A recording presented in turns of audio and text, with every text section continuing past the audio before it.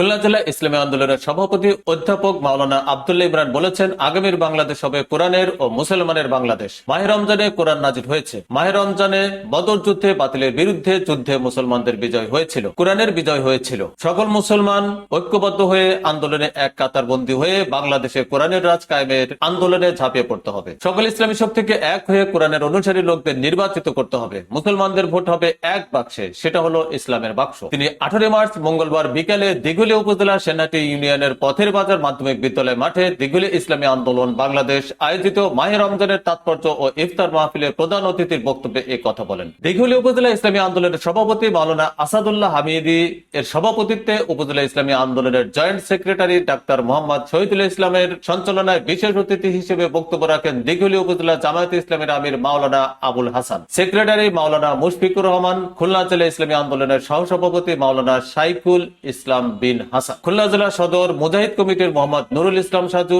সভাপতি জাতীয় ওলামা মাশেক আইম্মা পরিষদ মুফতি আজিজুর রহমান সোহেল, খুলনা জেলা খেলাফত আন্দোলন সভাপতি মুফতি ফজলুল হক, বাংলাদেশ খেলাফত মজলিস দিঘুলিয়া উপজেলা সভাপতি মোহাম্মদ মিজানুর রহমান, ইসলামী ছাত্র আন্দোলনের সভাপতি মোহাম্মদ সালমান ফার্সি। এ সময় আরো উপস্থিত ছিলেন মোহাম্মদ রফিকুল ইসলাম ইস্কেন্দার, মুফতি গোলামুর রহমান, মুফতি আব্দুল্লাহ আল কাফি, শেখ মোহাম্মদ মহিবুল্লাহ, কারি মুখতার হোসেন প্রমুখ।